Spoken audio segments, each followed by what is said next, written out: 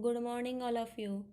I am Rupali Patil, your English teacher from KRP College, Islampur. I hope all you are doing great, staying at home. In this critical situation, KRP would like to connect with you all through online knowledge. All you knows there are four sections in your English textbook. Section 1 prose content 8 lessons. Section 2 poetry content 8 poems. Section 3 writing skills and section 4 genre as a drama. Today we are going to learn first lesson an astrologer's day written by R.K. Narayan. R.K. Narayan, very famous Indian writer in English. He wrote many novels, short stories. His novel, The Guide, won him the Sahitya Akademi Award in 1961. He wrote many travelogue. Travelogue means in Marathi प्रवास वर्णने. He is an astrologer's day, a very famous story. So, let us start an astrologer's day line by line. First line, punctually at midday he opened his bag and spread out his professional equipments. In this story, there are two main characters. First, an astrologer, and second, a Guru Nayak. Punctually at midday, he opened his bag and spread out his professional equipment. Here, his means an astrologer. त्याने त्याची bag उघडली आणि त्याची जी साधनं होती प्रोफेशनलची ती उघडायला सुरुवात केली. Which consisted of a dozen cowrie shells. त्यामध्ये dozen cowrie shells, cowrie means here कवड्या. A square piece of cloth with obscure mystic charts on it. A square piece of cloth म्हणजे चौकोनी आकाराचा, ऑब्स्क्युअर मिस्टिक चार्ट चौकोनी आकाराचा असा गूढ असा एक चार्ट होता. आणि a notebook and a bundle of palmyra writing. Here palmyra means a kind of palm, means in Marathi खजुराचे झाड. His forehead was resplendent with scared ash. Resplendent means bright in Marathi तेजस्वी. With scared ash, scared पवित्र, ash राख. त्यानं त्याच्या फोरहेडवर पवित्र अशी राख आणि and व्हर्मेलियन्स मीन्स कुंकवाचा टिळा लावलेला होता. And his eyes sparkled with a sharp abnormal gleam which was really an outcome of a continual searching look for customers. Here, in first paragraph, writer gives information about personality of an astrologer. His forehead was resplendent with scared ash and vermilion, and his eyes sparkled with a sharp, abnormal gleam, which was really an outcome of a continual searching look for customers. आणि त्याचं जे तेजस्वी असं कपाळ होतं, त्या कपाळावर त्यानं पवित्र असा राख लावलेली होती आणि त्याच्यामध्ये कुंकवाचा टिळा लावलेला होता. ते त्याला एवढं शोभून दिसत होतं की त्यामुळं तो सतत त्याच्या कस्टमरच्या शोधात आहे असा त्याचा सगळा वेशभूषा झालेली होती. But which his simple client took to be a prophetic light.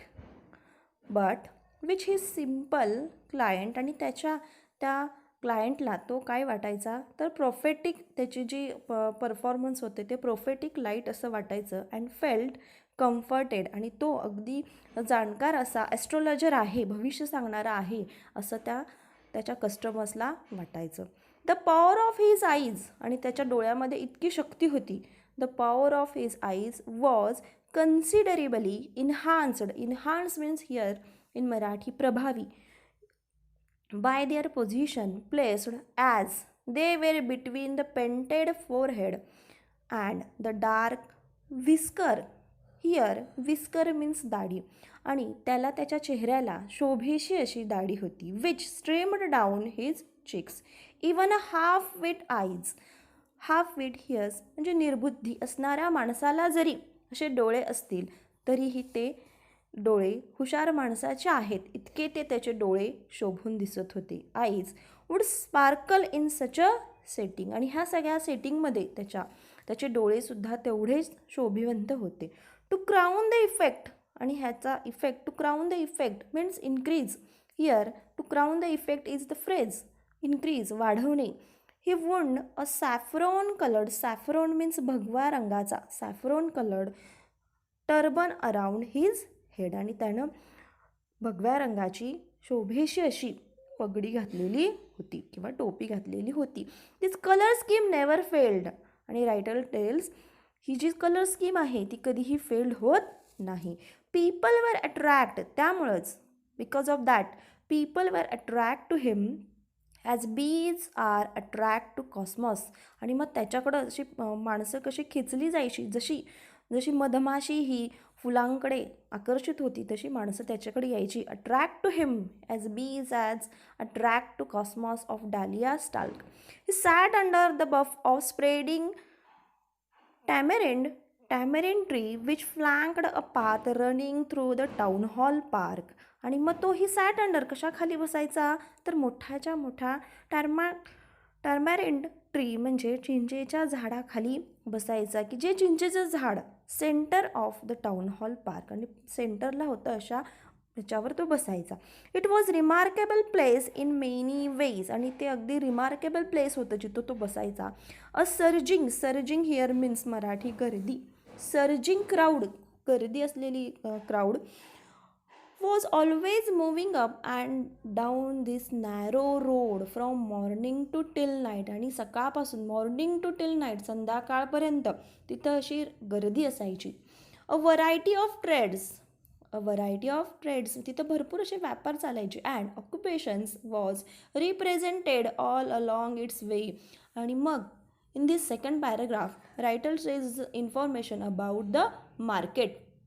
A variety of trades and occupation was represented all along its way. Medicine sellers of stolen hardware, आणि मेडिसिन सेलर्ससुद्धा असायचे तिथं. सेलर्स ऑफ स्टोलन हार्डवेअर म्हणजे तिथं जे भरपूर असे व्यापार चालायचे. अँड जंग मॅजिशियन्स होते, काही जादूगारसुद्धा होते. And above all and auctioneer of cheap clothes, आणि तिथं एक काय होता की जो स्वस्त कपडे विकणारा माणूस होता. अ चीप क्लॉथ म्हणजे स्वस्त कपडे विकणारा माणूस, auctioneer.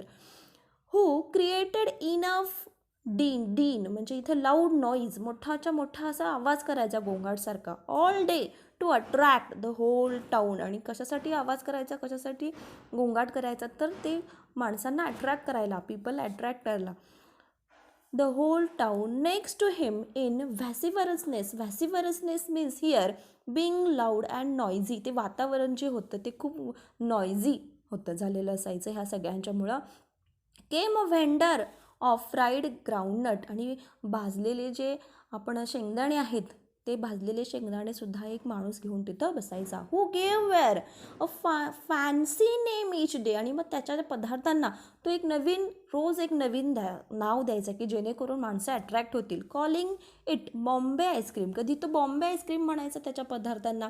One day and on the next day Delhi almonds, दुसऱ्या दिवशी डेली अल्मोड्स म्हणायचा. And the third day Raja's delicacy, तिसऱ्या दिवशी राजास डेलिकसी म्हणायचा. And so on and so forth, अशा पद्धतीनं तो काय करायचा, माणसांना अट्रॅक्ट करायचा. पीपल फ्लॉक्ड हिम, आणि त्यामुळं पीपल त्यांच्याकडे गर्दी करायची. A considerably portion of this crowd dallied moving to, च्याकडे जाणे, बिफोर ॲस्ट्रॉलॉगर्स टू. आणि मग एवढी जी गर्दी असायची ती ॲस्ट्रॉलॉगर्सकडं सुद्धा असायची. The astrologers transact his business by. आणि कसा चालवायचा बिझनेस, त्याचा जो धंदा आहे तो कसा चालवायचा, by the light of the flare. Flare here means in Marathi कंदील. कंदीलच्या लाईटमध्ये, which crackled and smoked up above the groundnuts heap near by. आणि मग जो ग्राउंडनट विकणारा जो माणूस होता त्याच्या लाईटवर चालवायचा. Half enhancement of the place was due to the fact that it did not have the benefit of municipal lighting. आणि त्या ठिकाणी जो मार्केट होतं त्या ठिकाणी म्युन्सिपलची लाईट अवेलेबल नव्हती. The place was lit up by shop lights. आणि मग तिथं कसं चालायचं तर बाकीच्या ज्या शॉप्स होते भरपूर असे त्या शॉप्सच्या लाईटमधून त्याला दिसायचं. One or two had hissing gas lights. आणि काहींच्याकडे काय होतं तर गॅस लाईट्स होत्या. Some had naked flares stuck on poles. आणि मग जे पोल्स होते त्याच्यावर त्यांचं चालायचं. Some were lit up by old cycle lamps. आणि काहींच्याकडे ओल्ड सायकल लॅम्प्स होत्या, सायकलीवर असलेले जे लॅम्प असायच्या त्याच्यावर चालायचं. अँड वन ऑर टू आणि काही ॲस्ट्रॉलॉगर्स सारखे असायचे, like the astrologers manage without lights of their own. आणि मग काही जण ॲस्ट्रॉलॉजर्ससारखं स्वतःचं मॅनेज करायचे. It was bewildering criss cross of light ray. आणि बिवेल्डरिंग मीन्स हिअर मराठी म्हणजे इकडून तिकडं. आणि मग त्याच्याकडं कशी लाईट यायची, कधी ह्या शॉपमधून यायची कधी त्या शॉपमधून यायची. Of light rays moving shadows. आणि कधी शॅडो यायची. This suited the astrologers very well. And मग हे त्या ॲस्ट्रॉलॉजर्सला काय व्हायचं तर ही लाईटसुद्धा त्याला सूट व्हायची, त्याच्या बिझनेसला सूट व्हायची. For the simple reason that he had not in the list intended to be an astrologer when he began life. and writer tells the information about the astrologers. त्याला ॲस्ट्रॉलॉजर्स व्हायचं नव्हतं. and he knew no more of what was going to happen to others than he knew what was going to happen to himself next minute. आणि मग त्याला जेवढं स्वतःविषयी माहीत नसायचं, म्हणजे त्याला स्वतःविषयी माहीत नसायचं की उद्या आपल्याबद्दल काय होणार आहे, आपल्याविषयी काय होणार आहे, आणि दुसऱ्यांच्याबद्दलही माहीत नसायचं, तरीही he was as much a strange to stars as were his innocent customers. आणि मग स्टार्सचं सुद्धा त्याला काहीही नॉलेज नव्हतं. म्हणजे त्या ॲस्ट्रॉलॉजर्सच्या ह्या प्रोफेशनमध्ये नॉलेज असावं लागतं आणि ते नॉलेज त्याच्याकडे नव्हतं. येट तरीही he said things which pleased and astonished everyone. आणि ज्या गोष्टी तो इतरांना सांगायचा त्या गोष्टी त्या माणसांना पटायच्या, त्याच्या कस्टमरला पटायच्या आणि त्यांना आश्चर्याचा धक्का द्यायच्या. That was more matter of study. आणि हे कशामुळं, because of his matter of study, practice. त्यांना तेवढी प्रॅक्टिस केलेली होती, तेवढं स्टडी केलेला होता. अँड श्रीवड हिज चातुर्य. श्रीवड मीन्स मराठी चातुर्य. श्रीवड गेसवर्क. आणि तो काय करायचा तर गेसवर्क करायचा. All the same, it was as much the honest man's labor as any other, and he deserved the wages he carried home at end of a day. आणि भरपूर असा वेजेस, त्याला भरपूर असा कामाचा मोबदला त्याच्या मिळायचा. Thank you. We will study remaining part of the story to next lecture. Write down